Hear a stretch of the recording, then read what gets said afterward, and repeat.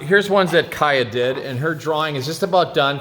All I'm going to do is check over it to make sure everything looks like it's drawn correctly. And hers looks pretty good, but her sphere looks a little bit iffy. So what you can do is you can use a compass, okay?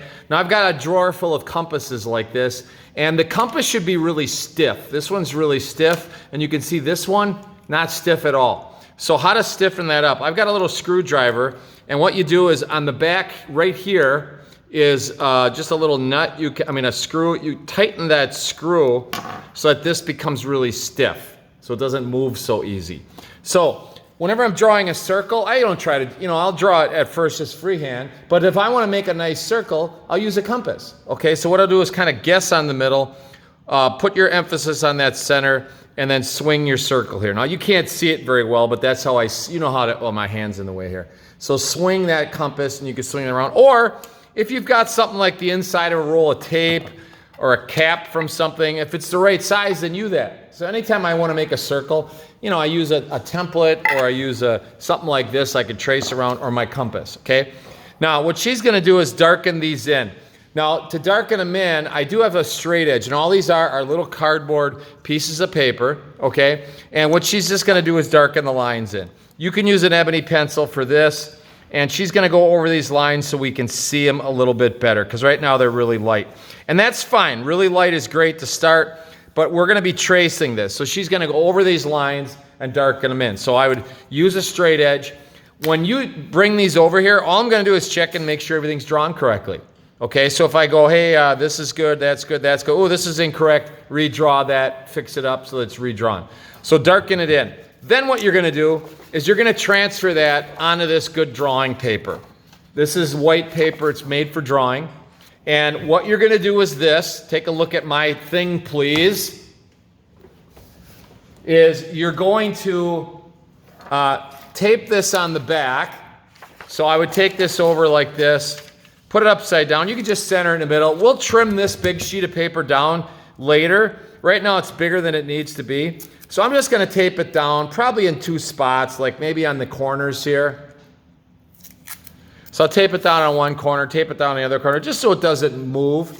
Then I'm gonna take that to a light box. Now I got a light box in the corner over there. I've got one in this corner.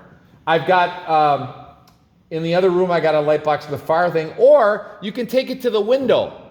It's super easy. Take it up on the window, tape it up on the window, and you can trace through it. Now, when you trace it, all you're gonna be doing, let's just pretend I can see through her sheet right now. When I trace it, I'll just trace it really lightly. Now, I know you can barely see those lines. That's the way I want it. I want it super light. Because when we're done, I want the edges not to be defined by lines, I want them to be defined by values. So like, for example, I can see the difference between here and here, not because there's a big line there, but because this is gray and then this is a lighter gray. You guys follow me on that, okay?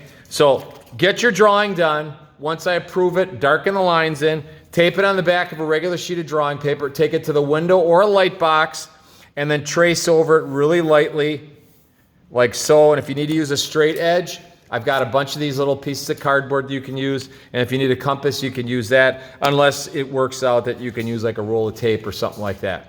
Got that? So that's what you're doing to get it onto this sheet of paper. And then we're gonna add the values and the shadows. And eventually, we're gonna trim this paper down. This paper used to be as big as this paper. We trimmed it down a little bit. Got that? Any questions at all? Oh, one last thing.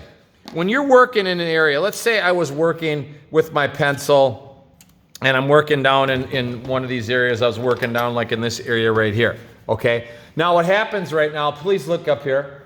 A lot of times kids will do this and they're accidentally raking their hand, this part of their hand over the top of this drawing, and they're smearing their drawing. So I would recommend just taking a piece of scrap paper, laying it over the top of your knot that you're trying, and just so it's protected. Then you can work in an area and you're not rubbing your hand back and forth over your drawing. Got that? That's it.